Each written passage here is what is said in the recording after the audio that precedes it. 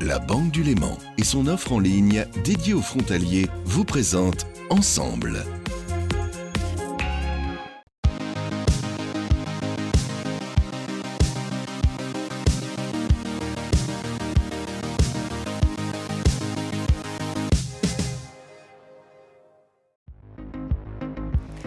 Bonsoir, très heureuse de vous retrouver pour une nouvelle thématique de votre émission transfrontalière. Aujourd'hui, on s'intéresse à ce fleuve franco-suisse par essence qui traverse notre Grand Genève. Je vous parle bien sûr du Rhône. Comment l'aménager de manière concertée ? Aurons-nous toujours assez d'eau pour toutes nos activités en 2050 ? Faut-il doter le fleuve d'une personnalité juridique ? On en discute avec nos trois invités. Mara Tignino, enseignante en droit de l'environnement, Dimitri Coulon, délégué territorial à la Compagnie nationale du Rhône, et Gilles Mühlhauser, directeur de l'Office cantonal de l'eau. Un point ensuite sur le chantier du mois, on ira à Bonneville où s'achève le nouvel écoquartier. Puis notre découverte du mois chez Airloop à Genève, une salle pleine de trampolines vient d'ouvrir. Elle s'adresse aux novices mais aussi aux sportifs confirmés voulant s'entraîner. Tout ça, c'est juste après l'actualité transfrontalière du mois.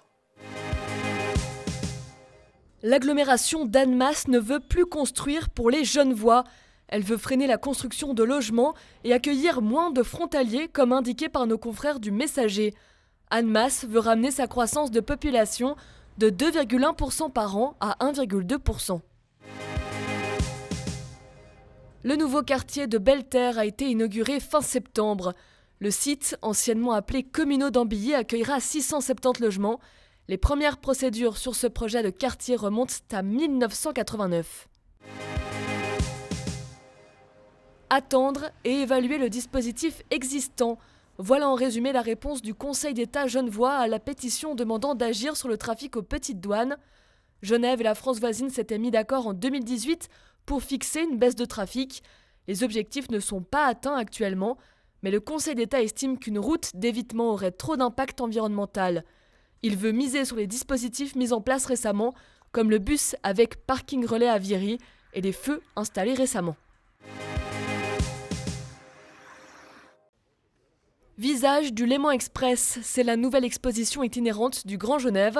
16 photos lauréates prises par 10 photographes vous racontent la vie dans le train transfrontalier. L'exposition est en gare d'Annemasse du 6 au 27 octobre.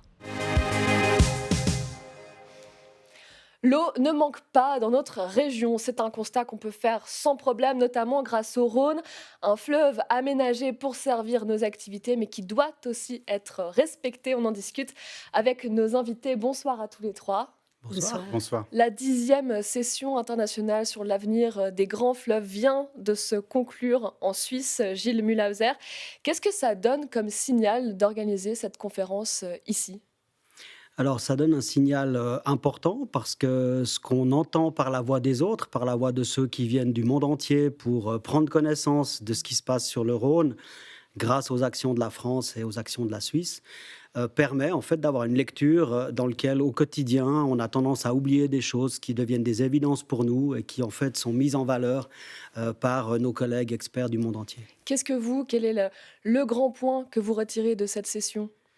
Alors, faut faire un gros effort d'humilité parce que beaucoup de gens nous lisent comme étant un exemple, le modèle. Il y a même des mots encore plus forts qui ont été dits. Donc, c'est assez, agréable à recevoir, mais ça engendre aussi une responsabilité. Je trouve que quand on a le privilège de quelque chose qui marche bien, ça engendre une responsabilité, à mon avis, de rendre cela en fait à d'autres régions du monde qui n'ont pas ces facilités-là.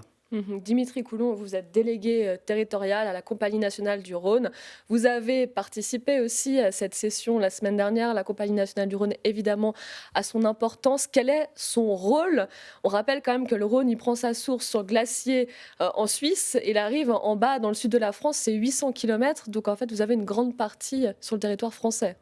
Oui, en effet, effectivement, le Rhône, c'est un très grand fleuve qui est un fleuve franco-suisse Et en tant que concessionnaire du Rhône, donc la Compagnie nationale du Rhône a 3 missions historiquement. La production d'électricité, bien évidemment, c'est la plus connue, c'est la plus importante. Elle permet de redistribuer ensuite de la richesse avec les 2 autres missions, la navigation, le transport fluvial, et puis l'irrigation, soutien à l'agriculture. À côté de ces missions historiques, évidemment, on a aussi des missions plus larges liées à nos missions d'intérêt général. Nous pourrons y revenir tout à l'heure. Mara Tinigno, alors vous êtes spécialiste juridique sur la plateforme pour le droit international pour l'eau douce. Gilles Mühlhäuser l'a dit juste avant, le Rhône peut être pris en exemple. Est-ce que vous qui avez un œil sur l'ensemble des fleuves dans ce monde, on est vraiment un exemple bien loti, disons? Merci. Et oui, en effet, donc moi, je n'ai pas eu la chance de participer à cette session de l'initiative des grands fleuves, mais j'étais à une autre session, je pense également importante, de la réunion des parties de la Convention sur la protection et l'utilisation des cours d'eau transfrontières et des lacs internationaux. La France et la Suisse sont parties à cette convention. Et justement, le Rhône a été mentionné pendant la réunion des parties par les représentants suisses et les représentantes françaises. Et notamment pendant la session, la réunion des parties, on a présenté une publication à laquelle le Geneva Water Hub a contribué sur le développement des accords transfrontières sur les ressources en eau comme les Rhônes. Et les représentantes françaises ont mentionné ces guides, justement, qui semblent être étudiés par les représentants des 2 pays pour réfléchir sur un accord, justement, entre les 2 pays sur les fleuves qui devraient aller du glacier jusqu'à la source. C'est des sujets qui ont été abordés donc, dans cette initiative sur les grands fleuves fin septembre en Suisse. Un rendu a été fait en présence d'Éric Orsena, académicien français qui soutient ces initiatives. On continue notre discussion juste après le reportage. Ça serait quoi une vraie crise du Rhône, donc du lac, en 2050? Le ton est donné en ce jour de conclusion de la 10e session de l'initiative pour l'avenir des grands fleuves. Au micro, l'académicien français Éric Orsena. Il faut croire à ce qu'on sait. On sait que ça va changer, on n'y croit pas. Durant toute la semaine, des spécialistes de divers domaines se sont succédés, de Vouvry à Genève en passant par Montreux. Pour Éric Orsena, la gestion du Rhône est très positive. Le Rhône est seulement divisé en 2 pays, alors que la plupart des autres fleuves sont divisés en un nombre incroyable de pays. 2 pays qui s'entendent, même s'il y a des différences, mais qui s'entendent. 2 pays qui sont démocratiques, chacun à sa manière. Et puis 2 pays qui ont au fond une vision assez intégrée du fleuve. C'est-à-dire qu'ils ne séparent pas la production d'hydroélectricité, la production de transport et l'irrigation. Malgré tout, avec le réchauffement, l'abondance du Rhône pourrait être moins évidente. Ces questions-là, aujourd'hui, elles sont pacifiées parce que, justement, l'eau est suffisante. Mais si on s'imagine dans un monde où l'eau va être plus rare, où le stress hydrique sera plus fort, eh bien, ces tensions entre l'usage divers qu'on fait de l'eau va s'exacerber. Les questions autour du Rhône sont étroitement transfrontalières, comme cet exemple concret donné par Anthony Hodgers. La centrale nucléaire du budget est largement refroidie avec le Rhône. Et donc, que se passe-t-il si au bout d'un moment, eh bien, parce qu'il y a la sécheresse au niveau du Léman, on réduit complètement les débits du Rhône et que la France se voit contrainte de faire un arrêt d'urgence d'une centrale nucléaire? On n'en est pas là, mais peut-être qu'il faut s'y préparer. Et Éric Orsena, ce passionné de navigation, de conclure en ces termes: nous sommes bons pour gérer le beau temps, nous devons aussi préparer le gros temps. Gilles Mühlhäuser, on entend là Éric Orsena, on entend Anthony Hodgers, qui sont quand même inquiets sur un horizon 2050. Est-ce qu'on n'est pas trop alarmiste? Il va bien ce Rhône, non? Ah oui, il va bien, même si on a encore des masses glaciaires qui peuvent fondre pendant quelques décennies et continuer à remplir un lac avec 89 milliards de mètres cubes. On ne prend pas la mesure de ce que ça veut dire que de manquer d'eau dans notre pays. Il suffit d'ouvrir le robinet, on s'en sort. Et là, ce que j'ai noté d'intéressant dans les propositions qui ont été faites, il y a eu pas mal d'appels de la part de l'Asie, de l'Afrique, d'appels à du jumelage, par exemple. Jumeler le lac Léman qui va bien avec le lac Tchad, par exemple, qui perd quasiment 90% de sa surface sur ces 20 dernières années. Comment faire pour faire ce transfert?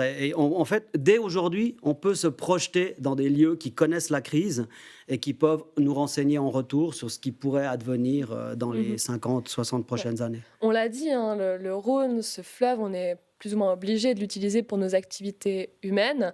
Mais à quel point est-ce qu'on n'est pas trop envahissant, nous, humains, sur ce fleuve? Alors bon, c'est vrai que quand on a de l'eau en abondance, on ne prépare pas non plus les instruments de mesure qui nous disent et qui permettraient de répondre à votre question. Est-ce qu'il y a trop de navigateurs sur le lac Léman? Est-ce que de mettre encore une activité sportive supplémentaire, de réserver un couloir pour le kitesurf, un autre pour telle autre activité? Est-ce que c'est trop? Jusqu'à maintenant, on arrive à s'en sortir, mais il faudra qu'on fasse des analyses de volume et puis de voir dans quelle mesure on calcule quasiment 20 usages de l'eau. Est-ce que ces usages vont entrer en conflit les uns avec les autres? Est-ce qu'il va falloir arbitrer entre l'agriculture et l'hydroélectricité? Tout ça, on n'a pas besoin de le faire pour le moment, mais on s'y prépare. Et je pense qu'il faut être sage en s'y préparant. Il y a une action qui est déjà faite actuellement, c'est cette vidange du Rhône. Alors on n'aime pas l'appeler vidange, maintenant on l'appelle abaissement. C'est pour éviter une inondation en fait en ville de Genève. Ça a été fait il y a quelques mois, c'était au printemps. Donc l'idée, c'est d'abaisser le Rhône pour enlever les sédiments qui seraient au fond, qui poseraient problème. Il y a quelques années, c'est tous les 4 ans, cette vidange, il y a quelques années, on ne s'accordait pas vraiment entre France et Suisse pour cette vidange. Là, récemment, un groupe de travail a été mis en place. Est-ce que vous avez un bilan de cette vidange-là ? Alors les bilans sont en cours. On a déjà évidemment des bilans à chaud de l'opération qui a eu lieu effectivement au printemps dernier. Mais les réflexions et le travail en commun avec l'ensemble des exploitants du Rhône, dont la CNR, les services industriels de Genève, les SFMCP, il est déjà ancien. En fait, on a vraiment changé de méthode sur ces abaissements qui sont effectivement non plus des chasses ou des vidanges, mais des abaissements partiels des retenues pour limiter fortement les impacts environnementaux. Il a déjà été mis en œuvre en 2016. Et aujourd'hui, on le fait d'une manière tout à fait coordonnée entre les différents opérateurs et les réglementations suisses et françaises sont maintenant harmonisées. Ce qui est un parce grand que ce progrès. n'était pas le cas, vous l'avez dit, 2016 en fait, c'est très récent. 2016, c'est la première fois effectivement que tout s'est aligné. 2021, la deuxième. Et on va poursuivre dans cette direction. Il y a encore des marges d'optimisation pour améliorer les opérations. Mais le transport sédimentaire a été malgré tout réussi cette année, tout en limitant les impacts sur la faune, la flore du fleuve. Un impact sur la faune, la flore du fleuve, on l'entend. Maratinino, certains pensent maintenant à donner une personnalité juridique au grand fleuve. C'est le cas aussi pour le Rhône. Il y a un appel qui a été lancé l'année dernière par une association. Très concrètement, qu'est-ce que ça permettrait de donner une personnalité juridique à ce fleuve ? Oui, je pense que la personnalité juridique serait non pas important pour donner des droits aux générations présentes et futures sur l'utilisation du fleuve Rhône. On doit pas oublier que ce fleuve n'est pas seulement aux États ou aux compagnies, mais c'est aussi aux communautés qui vivent sur les rives de ces fleuves. Et donc, à côté par exemple, la ville de Lyon a signé cet appel du Rhône, et dans beaucoup d'autres États, en particulier en Amérique latine, mais aussi en Nouvelle-Zélande, on a donné la personnalité juridique à des fleuves pour renforcer les droits des populations locales, des communautés autour de ces ressources. Typiquement, si on prend le Rhône, ce serait quoi un exemple dans lequel cette personnalité pourrait être utile ? Et ce serait justement pour protéger la nature, la flore et la faune, au nom des bénéficiaires qui sont justement les communautés qui vivent autour de ces fleuves. Ça voudrait dire, Gilles Mühlhauser, que peut-être l'État de Genève pourrait être attaqué par le Rhône ? Ouais, je pense pas qu'il faut le voir comme ça. Il faut voir qu'on a, nous, essentiellement un régime juridique qui est basé sur la réparation de la faute, ou bien quand on impacte en fait un milieu naturel, on doit faire des compensations. Quand on met en place en fait un ouvrage qui pourrait, si je prends une métaphore, si effectivement vous grattez le dos du Rhône ou bien que vous venez l'amputer d'un bras, par exemple, évidemment qu'il ne pourra plus délivrer les prestations écosystémiques comme nous, qui auront de la peine, évidemment, à être en pleine forme et à délivrer tout ce qu'on sait faire. Donc là, moi, ce que je vois d'avantageux, c'est que ce n'est pas l'État de Genève qui va être attaqué.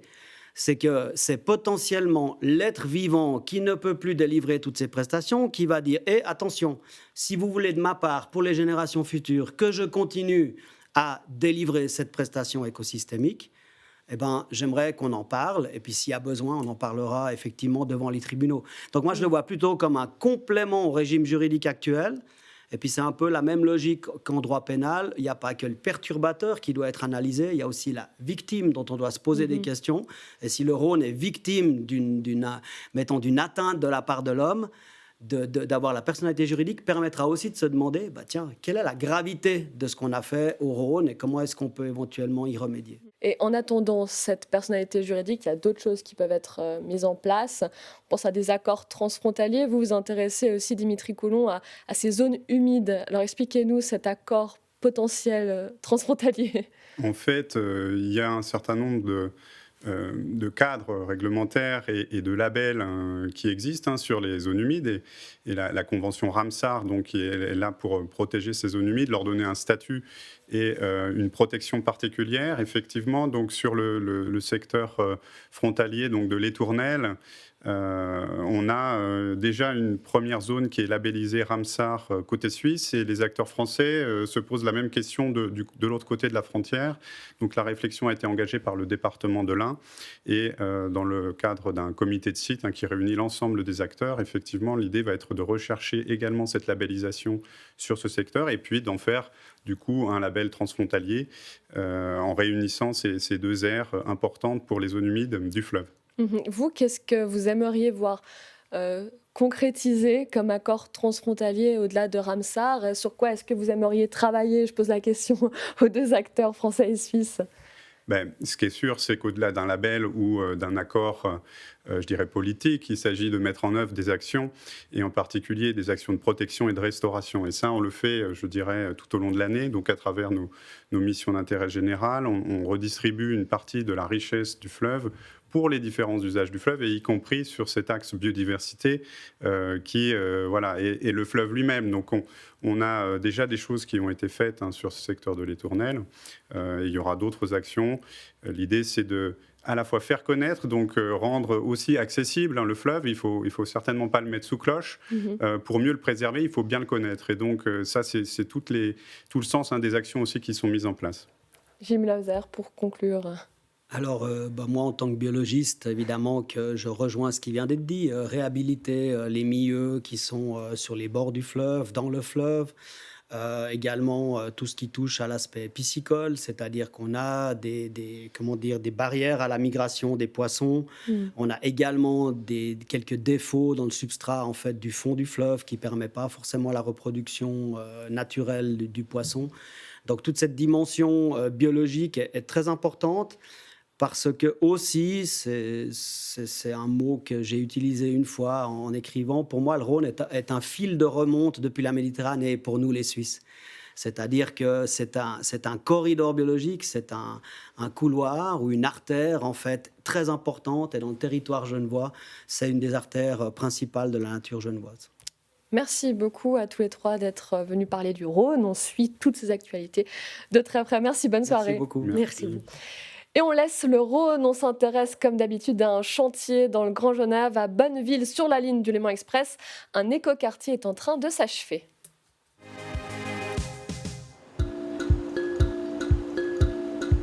On se trouve à Bonneville, donc en Haute-Savoie. Plus précisément, ici maintenant, on est au sein de l'écoquartier des Cires du Faucigny, qui a été récemment livré en hyper proximité du centre-ville. Cet ancien site accueillait l'ancien hôpital. On héritait d'une friche urbaine qu'il a fallu redynamiser. Les réflexions ont commencé au début des années 2010 à peu près, et le site a été démoli en 2017. C'est un écoquartier parce qu'on a souhaité limiter l'artificialisation des sols. C'est un écoquartier puisqu'on a essayé de faire attention à la récupération des eaux pluviales. C'est un écoquartier aussi dans le choix des végétaux qu'on a souhaité implanter.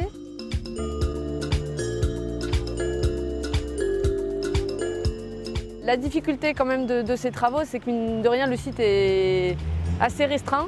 Il y a beaucoup d'opérateurs, beaucoup d'intervenants. Et donc ça a été une vraie difficulté à surmonter pendant toute la durée du chantier, d'autant plus que donc, on a refait toutes les voiries attenantes à l'opération. C'était le fait d'avoir une programmation mixte en retrouvant du logement, de la surface commerciale, de la surface de bureau et des équipements de loisirs. Tout a été livré à ce jour. En termes de logement, on est en train de finir des travaux sur des surfaces de bureaux. L'ensemble de l'opération d'espace d'aménagement en fait, a coûté environ 5 millions d'euros.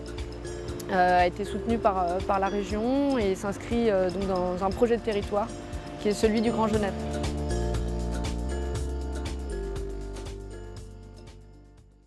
Et l'on fait un bond vers la fin de cette émission. À la Praille, une structure de trampoline vient d'ouvrir. Le lieu est fait pour le loisir, mais aussi pour l'entraînement des grands sportifs. Nous l'avons testé.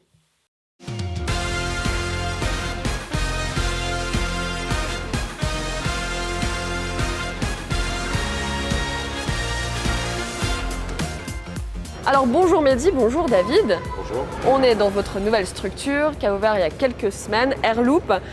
Qu'est-ce qui vous a motivé à vous installer ici à 2 pas de la Praille ? Alors on a eu l'opportunité au fait de travailler il y a maintenant 2 ans sur ce concept de hangar. Donc à l'époque c'était un hangar au fait de démolition. Et puis on s'est vite rendu compte au fait qu'il n'y avait pas d'offres, notamment dans tout ce qui était sport aérien et notamment trampoline. On a des enfants en bas âge, donc on avait l'habitude d'aller du côté d'Yverdon, d'Annemasse, de Lyon, de Paris pour pouvoir les emmener sauter au fait sur ces structures. Et puis on a décidé au fait de commencer à travailler, en tout cas sur un premier concept qui faisait l'apologie au fait de tous les sports aériens. Mehdi, là on a un espace vraiment loisir. Donc pour les personnes qui veulent découvrir les sauts, etc. Et puis un espace pro, disons pour les sportifs un peu plus d'élite. Disons, c'était ça aussi le but, c'était de mélanger un peu les deux. Alors oui, c'était vraiment un objectif dès le début parce que tous les deux on vient du sport, on a notre ADN qui est profondément ancré au niveau du sport. Donc on ne voulait pas créer une salle qui était destinée 100% loisirs. On voulait pouvoir donner justement la possibilité à des jeunes athlètes d'avoir des conditions d'entraînement qui étaient adéquates à leur sport, à leur motivation et à leur progression aussi. Raison pour laquelle on a dédié une grande partie de la salle à ces sportifs d'élite. On voulait aussi, comme le bar lounge où on se trouve actuellement, mettre à disposition des parents qui accompagnent leurs enfants un lieu qui soit cosy, qui soit sympa pour qu'eux aussi puissent profiter de l'après-midi pendant que leurs enfants s'amusent. Et là, l'idée, c'est d'avoir des collaborations avec des clubs genevois aussi ? Alors oui, on collabore déjà avec Genève Natation qui vient 15 heures par semaine dans nos installations et on en pour parler avec d'autres fédérations, notamment trampoline, pour pouvoir aussi les accueillir au sein de notre structure. David, un petit mot sur tout ce qu'on peut trouver ici, en gros. Alors en gros rapidement, donc on a un main court avec des trampolines, donc ça c'est vraiment la partie principale, le cœur au fait de la salle, avec plusieurs jeux, notamment le basket, le dodgeball, et on a une grande partie au fait. L'objectif c'est qu'on avait vraiment cette halle qui était assez particulière, assez étroite, mais très très haute. Donc là on a pensé au fait à ce concept d'acrobranche, donc on a plus de 200 mètres carrés au fait d'acrobranche. On a beaucoup d'interactivité avec un mur interactif au fait de 5 mètres sur 4, plus 2 smart wall et plus, c'est-à-dire cette zone kids de 80 mètres carrés qui accueille les enfants d'1 an à 5 ans. Quand on voit ce genre de structure que moi je vais tester aussi, du haut de mon grand âge, on peut se dire qu'on peut se blesser, qu'on peut être pas forcément en sécurité. Est-ce qu'il y a des règles comme ça à respecter ? Qu'est-ce qu'on doit faire en fait ? Est-ce qu'on doit être déjà un peu sportif ? Alors pas forcément, par contre on fait très attention notamment à l'accueil de l'ensemble des personnes qui viennent dans le lieu. Donc il y a un briefing au fait qui est extrêmement clair. Là, on vient de finaliser au fait une vidéo qui va être diffusée notamment sur l'ensemble de nos écrans. Et puis on essaie de faire beaucoup de pédagogie et en même temps, c'est-à-dire qu'on est assez strict aussi sur les bonnes pratiques parce que ça peut être très dangereux. Au fait, notamment, on l'a vu sur les premières semaines, des enfants qui se poussent au fait dans le dos. Du coup, on essaie vraiment de faire un gros travail au fait de sensibilisation, notamment sur les jeunes.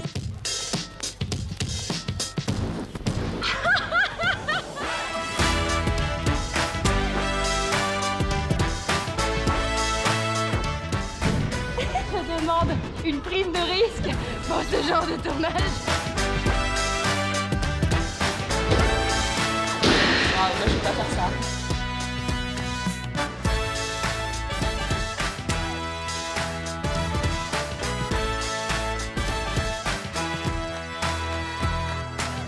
Michael et Freya, vous êtes tous les deux skieurs freestyle. Freya, en plus, t'es gymnaste.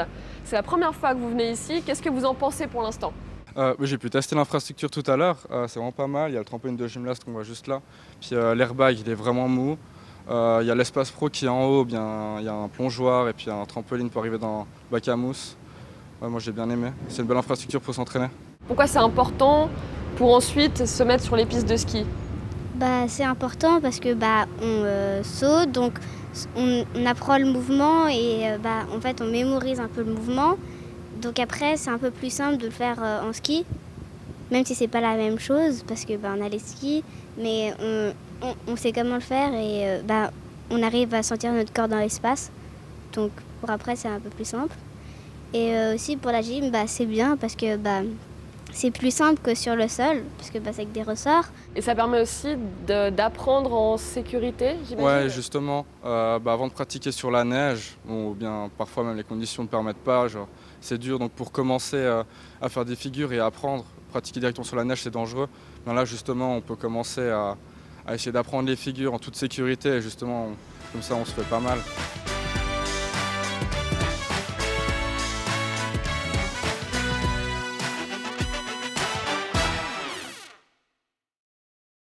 C'est la fin de cette émission. Merci de nous avoir suivis. Très belle soirée sur l'Aimant Bleu. À bientôt.